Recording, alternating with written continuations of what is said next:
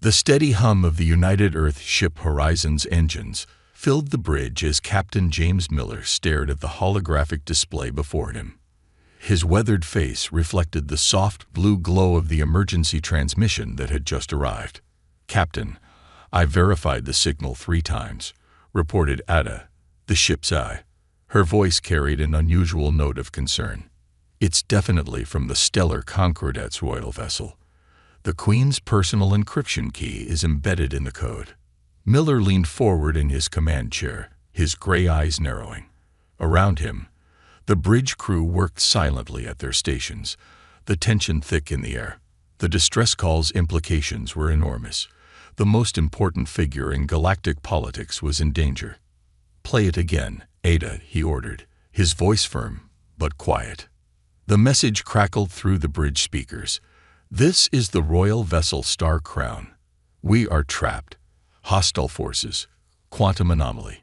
Immediate assistance required." Static consumed the rest of the message. Lieutenant Rogers at Communications straightened in his chair. "Sir, I'm receiving responses from other ships in the sector. The Aldarian fleet is declining to assist. The Proxons too. They're all refusing, citing unacceptable risk levels." Miller's jaw tightened. The Aldarians and Proxons were supposed to be the Queen's strongest allies. Their refusal to help spoke volumes about the danger involved. "Ada, what's your tactical analysis?" Miller asked, already knowing he wouldn't like the answer. The AI's response was immediate. "The distress signal originates from the Crimson Brotherhood's territory. Given their known fleet positions and our current capabilities, I calculate a 12% chance of survival if we attempt a rescue. All other major species have made the logical choice to avoid engagement." "Logical," Miller muttered, shaking his head. He stood up and walked to the main viewport, looking out at the stars. "Tell me, Ada, in your study of human history, what have you learned about our approach to logical choices?" There was a pause before Ada responded. "Humans often defy probability when moral imperatives are involved. However, Captain, I must point out that this behavior is considered foolish by most advanced species." Miller smiled. "And yet here we are, one of the youngest species in the galaxy, already holding a seat on the Concordat Council. Maybe being foolish isn't so bad." He turned to face his crew. "The Queen's ship is trapped out there. Yes, it's probably a trap. Yes, the Brotherhood is waiting. And yes, every logical species has decided to stay away." He paused, looking each crew member in the eye. "But we're human.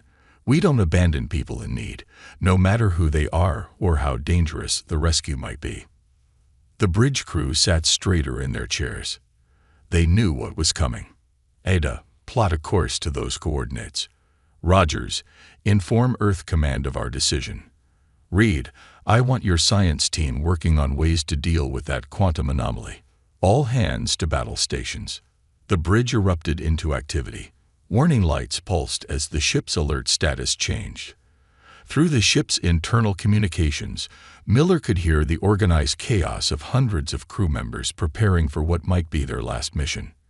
"Captain," Ada interjected, "the Aldarian ambassador is hailing us. He says we're violating protocol by interfering in a situation that the elder species have deemed too hazardous." Miller sat back in his command chair, a determined glint in his eyes. "Tell the ambassador that humanity remembers its own history. We remember when we were alone in the dark, when we had to save ourselves because no one else would. We remember what it means to need help and not receive it."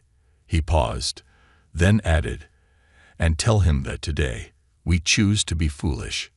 The Horizon's engines roared to life, their pitch rising as the ship prepared for faster-than-light travel.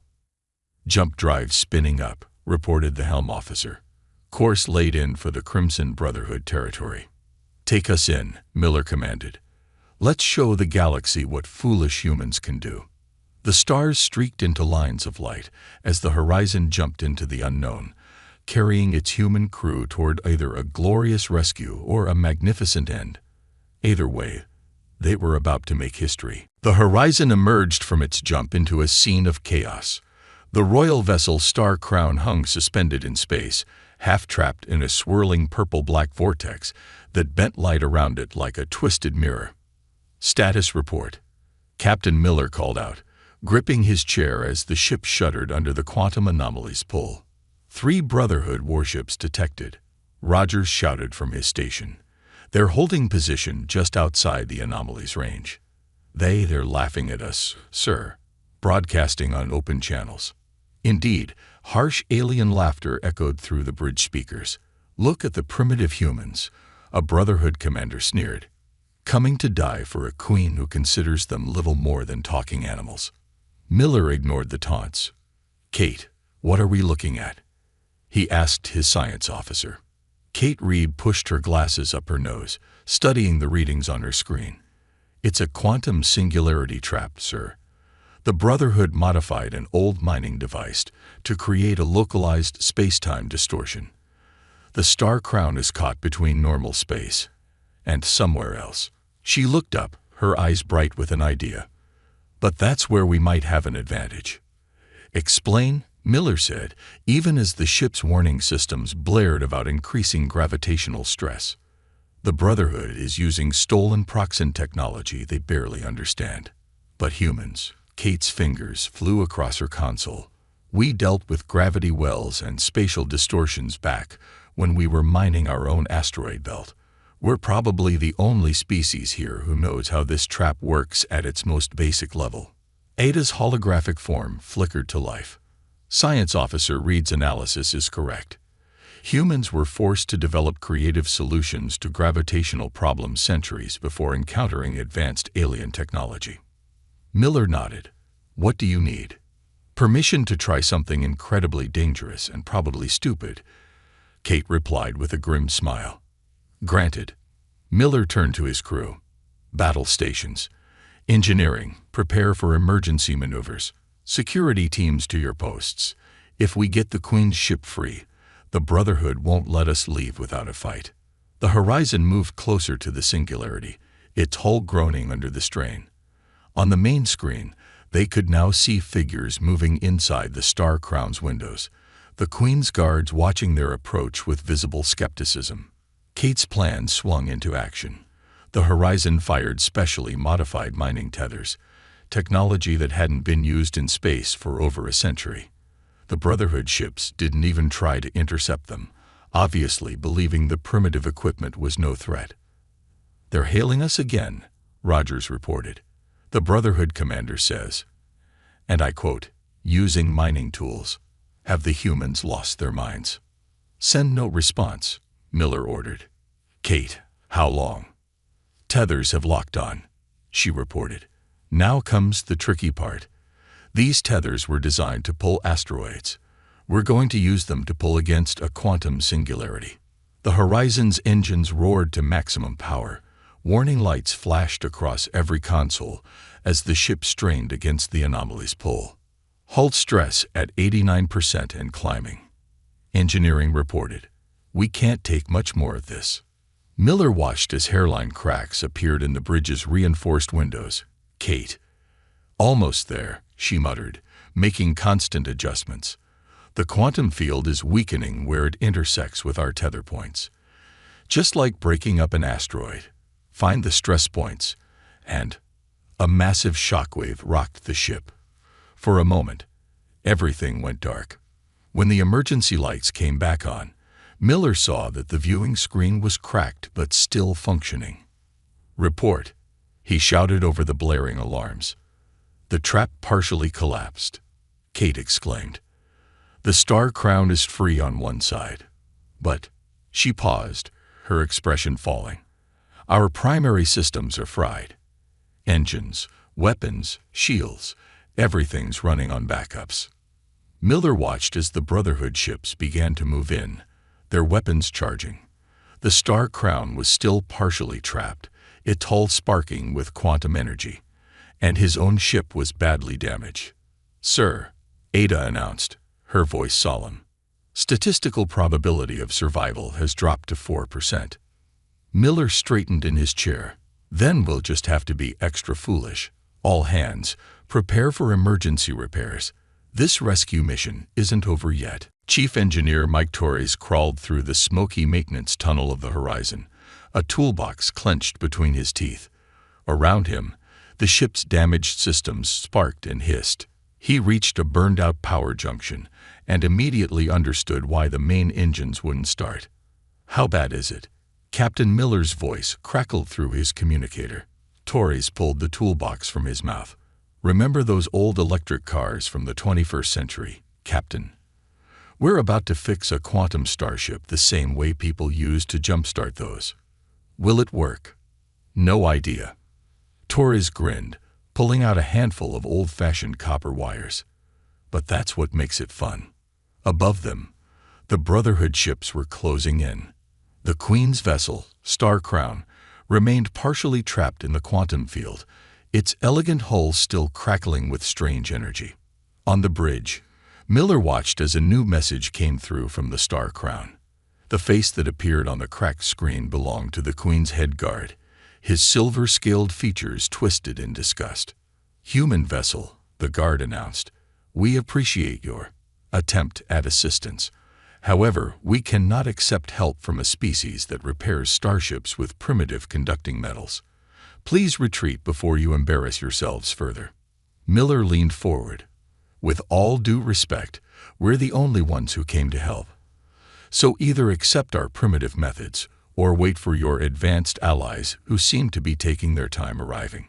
The guard's face darkened, but before he could respond, the ship shuddered as the Brotherhood opened fire. "Incoming!" Security Chief David Wells shouted from his station. 3 boarding shuttles, loaded with Brotherhood troops. Miller nodded grimly. "They're trying to capture the Queen while we're all disabled. Wells, get your security teams ready. Show them how primitive humans fight." The Brotherhood ships struck fast, their boarding shuttles latching onto both the Horizon and the Star Crown. Alarms blared as hull breaches were detected on multiple decks. Wells led his security team to meet the boarders. The Brotherhood soldiers, tall and heavily armored, expected an easy fight against the physically smaller humans. They weren't prepared for centuries of human martial arts and combat experience. Wells ducked under a plasma blast and rolled forward, using the simple judo throw to send a Brotherhood warrior crashing into his companions. His team followed suit, combining basic hand-to-hand combat with modern weapons in ways the aliens had never seen. "How are they doing this?" one Brotherhood soldier shouted. "Their bodies are so weak." "We're not weak," Wells grunted, disarming another attacker. "We're efficient."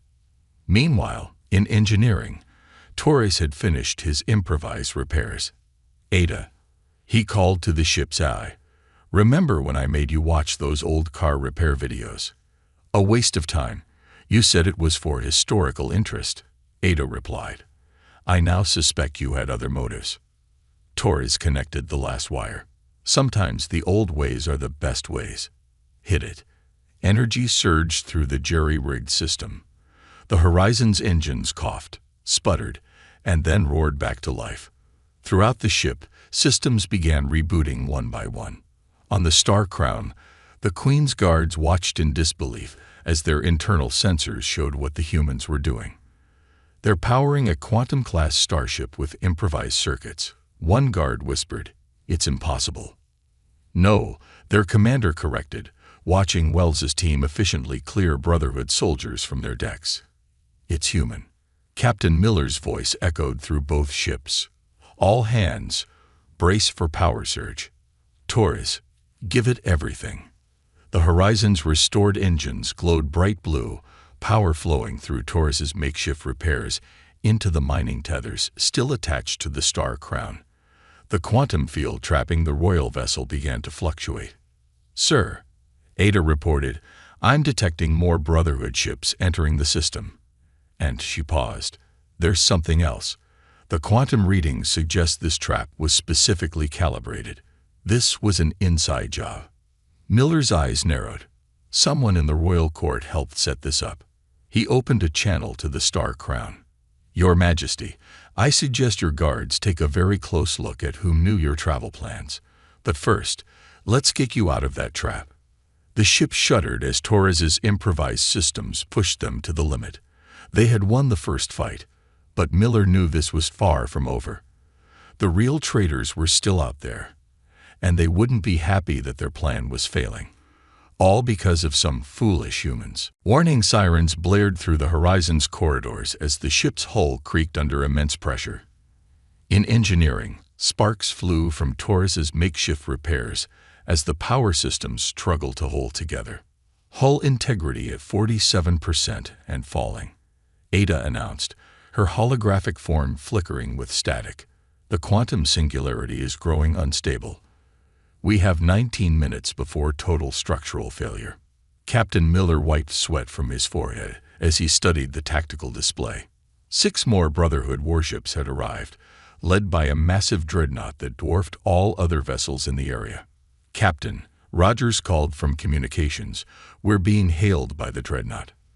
The main screen lit up with the image of a Brotherhood admiral, his scared face twisted in a cruel smile. "I am Admiral Krax," he announced. "I must admit, I'm impressed. No other species would be foolish enough to attempt what you have done. Unfortunately, this ends now." "Does it?" Miller asked calmly, despite the chaos around him. "Because from where I'm sitting, we've already ruined your perfect trap." Krax's smile vanished. "You've only delayed the inevitable. The Queen will be captured, and the Concordat will fall into chaos. Your primitive ship is breaking apart, your crew is exhausted, and my fleet has you surrounded. Surrender now, and I'll grant your people a quick death." As if to emphasize his point, the dreadnought fired a warning shot that passed just over the Horizon's bow. The energy wake alone was enough to make the damaged ship shudder violently. In the medical bay, doctors and nurses worked frantically to treat injured crew members. The latest batch of casualties from Wells's security team arrived, bearing plasma burns and broken bones from their fights with Brotherhood boarders. "Captain," Kate Reed's voice came over the comm, strained but determined. "The quantum field is becoming more erratic. If it collapses completely, it could take both ships with it." Through the viewport, Miller could see the Star Crown still trapped in the swirling quantum energies. The royal vessel's once pristine hull was now scared and burning in places where the Brotherhood's boarding attempts had been repelled. A new transmission came in from the Queen's ship. This time, it was the Queen herself who appeared on screen. Her crystalline features showed concern, not for herself, but for the human crew. "Captain Miller," she spoke softly, "your people have fought with remarkable courage, but I cannot allow more humans to die for me. Perhaps if we surrender." "Not an option, Your Majesty," Miller interrupted, shocking several alien observers with his casual dismissal of royal protocol. "We didn't come all this way to give up." Another hit from the Brotherhood fleet rocked the ship. Primary life support failing. Someone shouted from the engineering station. "Switching to backups." "Sir," Ada reported, "I've lost contact with decks 5 through 8. Emergency bulkheads are engaged. We're losing the ship piece by piece." Miller watched as his crew continued working, even as panels exploded around them and smoke filled the bridge. None of them showed any sign of giving up. "Admiral Krax," Miller turned back to the screen, "you're right about one thing. We are foolish. Foolish enough to believe that doing the right thing matters more than survival. Foolish enough to fight when smarter species would surrender. And foolish enough to keep trying even when you tell us it's impossible." As if in response to his words, another system overloaded, plunging half the bridge into darkness. The Queen watched through the video link, her expression changing from concern to something like wonder as she saw the humans continue their work without pause, using emergency lights and backup systems without missing a beat. 17 minutes to structural failure, Ada updated. "Brotherhood fleet is moving to surround us completely. Captain, it has been an honor serving with humans." Miller straightened in his chair, his eyes hard with determination. "The honor's been ours, Ada. Now let's show them what foolish humans do when they're backed into a corner. All hands, prepare for emergency maneuver pattern Delta. We're not done yet." As the Brotherhood fleet closed in, and the quantum singularity grew more unstable. The crew of the Horizon prepared for what might be their final stand. But on their faces was not fear or resignation, only the fierce determination that had brought humanity from their first steps on the moon to the stars themselves. Emergency Maneuver Pattern Delta. Torres called from engineering, his voice mixing with the sound of failing systems. "Captain, you can't be serious. That's a mining colony escape protocol." "Exactly," Miller replied, his eyes fixed on the approaching Brotherhood fleet. "They're expecting advanced military tactics. Let's show them something from humanity's rougher days." He turned to his science officer. "Kate, remember those old videos about mining accidents?" Kate Reed's eyes widened. "The pressure wave technique. Captain, that's insane. It might just work." Her fingers flew across her console. "Torres, we need to overload the mining tethers at precisely the right moment." Around them, the horizon groaned as its hull stretched to its limits. Through the cracked view screen, they could see Admiral Krax's dreadnought moving into position for a killing blow. "What are those foolish humans doing now?" Krax's voice carried a hint of uncertainty as he watched the horizon's erratic movements. On the Star Crown, the Queen and her guards watched in fascination as the human ship began what looked like a chaotic dance through space. But Kate Reed saw the pattern in the chaos. "Torres, route all remaining power to the tethers," she ordered. "We need to create a resonance wave in the quantum field, just like miners used to do to break up unstable asteroids." "That's not possible," one of the Queen's scientific advisors protested through the comlink.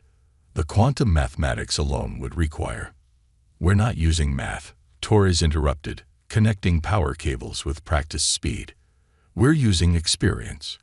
Humans learned to break rocks long before we learned to calculate quantum fields." Admiral Krax's voice boomed through the command channel. "Enough of these games. All ships, open fire. End these primitive." "Now," Miller commanded. Torres and Kate executed their plan perfectly. The mining tethers overloaded in sequence, sending precisely timed energy pulses into the quantum field. The effect was immediate and spectacular. The quantum singularity began to vibrate, its purple-black energy flickering like a candle in the wind.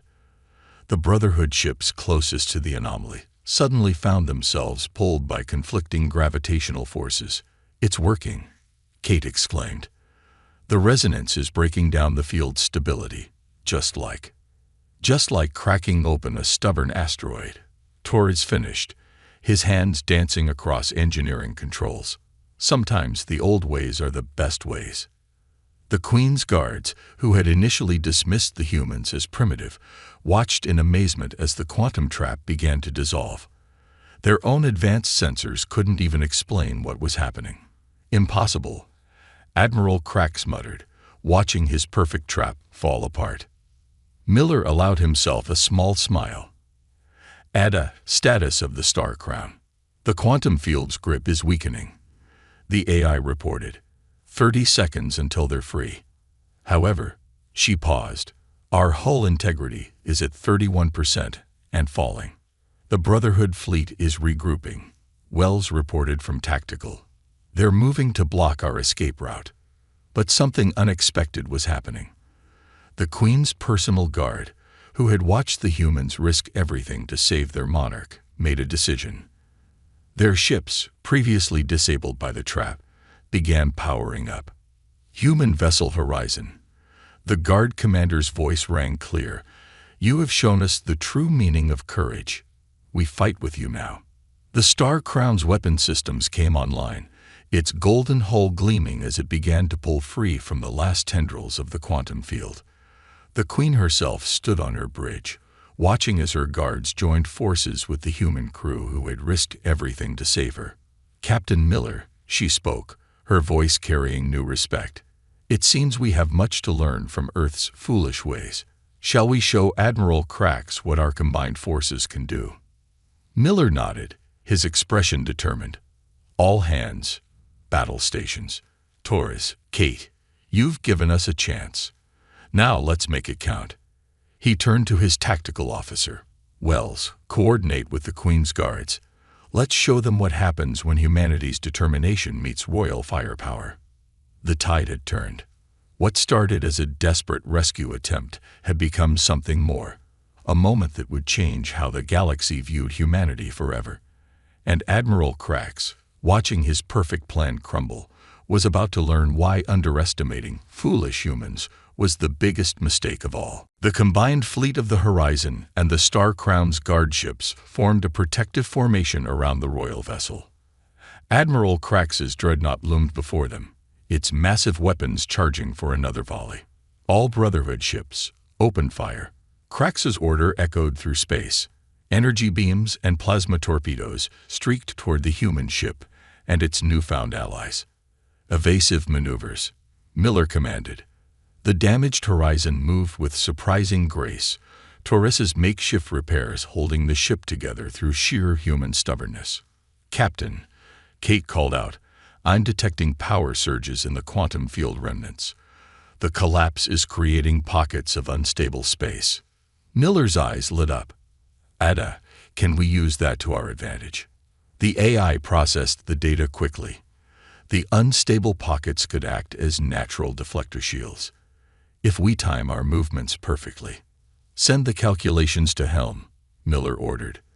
Then, opening a channel to the Star Crown, "Your Majesty, recommend you follow our exact course. We're about to do something very human." The Queen's response carried a hint of amusement. "More mining techniques, Captain." "Better. We're going to dance." What followed left even the Brotherhood gunners stunned. The Horizon began moving in what looked like a chaotic pattern, but each movement placed it precisely where a quantum pocket would appear to absorb enemy fire. The Star Crown followed, its more advanced systems allowing it to match the human ship's seemingly random course. Impossible. Krax raged as his shots dissipated harmlessly in the quantum distortions. No species can calculate quantum fluctuations that quickly. "We're not calculating anything," Wells grinned from his tactical station. "We're feeling the rhythm."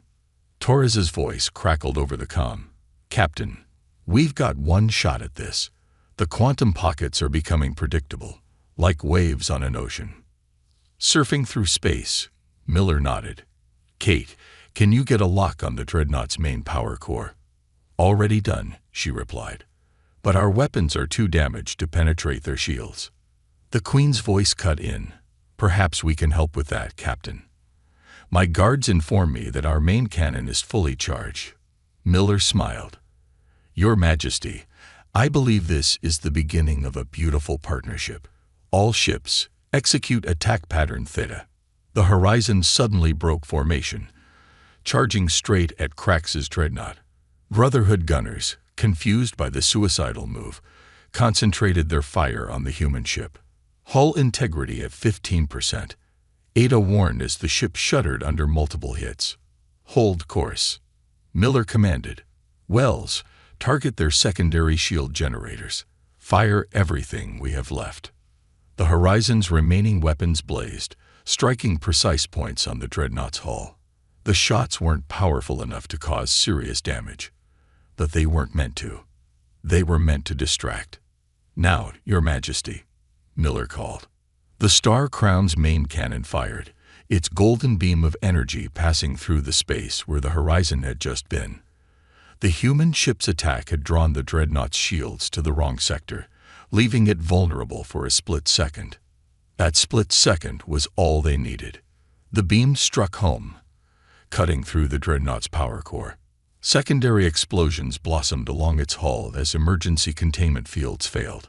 "Brotherhood fleet is in disarray," Wells reported, unable to keep the excitement from his voice. "They're retreating." Through the viewport, they watched as Krax's mighty dreadnought drifted powerless, its crew abandoning ship in escape pods. The remaining Brotherhood vessels jumped away, leaving their admiral behind. "Your Majesty," Miller addressed the Queen, "I suggest we leave before they decide to come back with reinforcements. The Horizon will escort you to safe space." The Queen's image appeared on screen, her crystalline features softened with genuine warmth. "Captain Miller, I believe my opinion of foolish humans requires significant revision. Your people have accomplished what the most advanced species thought impossible." As the combined fleet set course away from the battlefield, Miller looked around his battered bridge. His crew was exhausted. His ship was barely holding together, but they had done it. They had shown the galaxy that sometimes the most foolish choice was the right one. "Ada," he called softly, "send a message to Earth Command. Tell them the Queen is safe, and tell them humanity just rewrote the book on space rescue operations." 1 month after the rescue, the Great Hall of the Stellar Concordat buzzed with excitement. Representatives from every major species gathered for what would become a historic session. The Horizon's crew, their uniforms freshly pressed, but their battle scars still visible, stood at attention before the council. Captain Miller couldn't help but smile at the irony. The last time humans had stood in this hall, they had been called too primitive to have a full council seat. Now, the same aliens who had once looked down on humanity waited eagerly to hear the Queen's speech. The Queen rose from her crystalline throne, her presence commanding immediate silence. Members of the Concordat, her voice carried clearly through the vast chamber. 1 month ago, I faced death in a trap set by traitors within our own ranks. The most advanced species in our alliance calculated the risks and chose to stay away. She paused, her gaze sweeping the room. All except the humans. Murmurs filled the hall as she continued.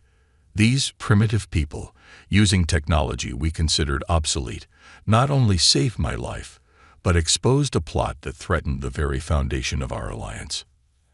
Admiral Krax and several high-ranking Brotherhood sympathizers stood in chains nearby, their failed conspiracy now fully revealed. The Queen's guards had found communication records proving their involvement in the assassination attempt. What the humans lack in technological advancement, the Queen declared, they make up for with courage, creativity, and an unfailing determination to do what is right, regardless of the odds. These are not weaknesses, as we once believed. They are strengths we have forgotten in our pursuit of perfect logic and advanced technology. Miller watched as Torres shifted uncomfortably in his formal uniform. The chief engineer had spent the past month teaching alien technicians how simple mining techniques could be combined with advanced technology to create more effective rescue protocols. Kate Reeb stood nearby, clutching a data pad containing the new human approach protocols, a set of emergency procedures now mandatory for all Concordat vessels. The aliens had finally realized that sometimes the old ways were just as valuable as the new. Therefore, the Queen continued, I propose 2 historic changes. First, humanity will be granted a full seat on the Concordat Council, with all rights and privileges thereof. Applause filled the chamber, led enthusiastically by the Queen's personal guards, who had fought alongside the Horizon's crew. Second, she raised her hand for silence. The term foolish humans shall be officially recognized not as an insult, but as a mark of respect. For it is their so-called foolishness, their willingness to help others despite the cost, their ability to find simple solutions to complex problems, and their unwavering courage in the face of impossible odds, that makes them not just our allies, but our teachers. Ada's holographic form, now officially recognized as a unique bridge between human and alien technology, glowed proudly beside her crew. It seems, she whispered to Miller, that being foolish has its advantages. The ceremony continued as medals were presented to the Horizon's crew. But the greatest honor came when the Queen approached Miller personally. Captain, she said, loud enough for all to hear, your ship's motto, Fortune favors the foolish, has been added to the Concordat's Hall of Honor. Let it remind future generations that true wisdom sometimes lies in daring to be foolish. Miller nodded respectfully. Thank you, Your Majesty, though I hope you understand if we continue to do things our own way. The Queen's crystalline features formed what could only be described as a smile. Captain, I would be disappointed if you did anything else. As the ceremony concluded, Miller looked at his crew, humans who had risked everything to do what was right, who had shown the galaxy that sometimes the simplest solutions were the best, and who had turned an insult into a badge of honor. Ada, he said quietly, Send a message to all Earth ships. What shall I tell them, Captain? Miller watched as aliens and humans mingled in the Great Hall, sharing stories and learning from each other. Tell them that being foolish just saved the galaxy. And we're just getting started. The age of human foolishness had begun, and the galaxy would never be the same.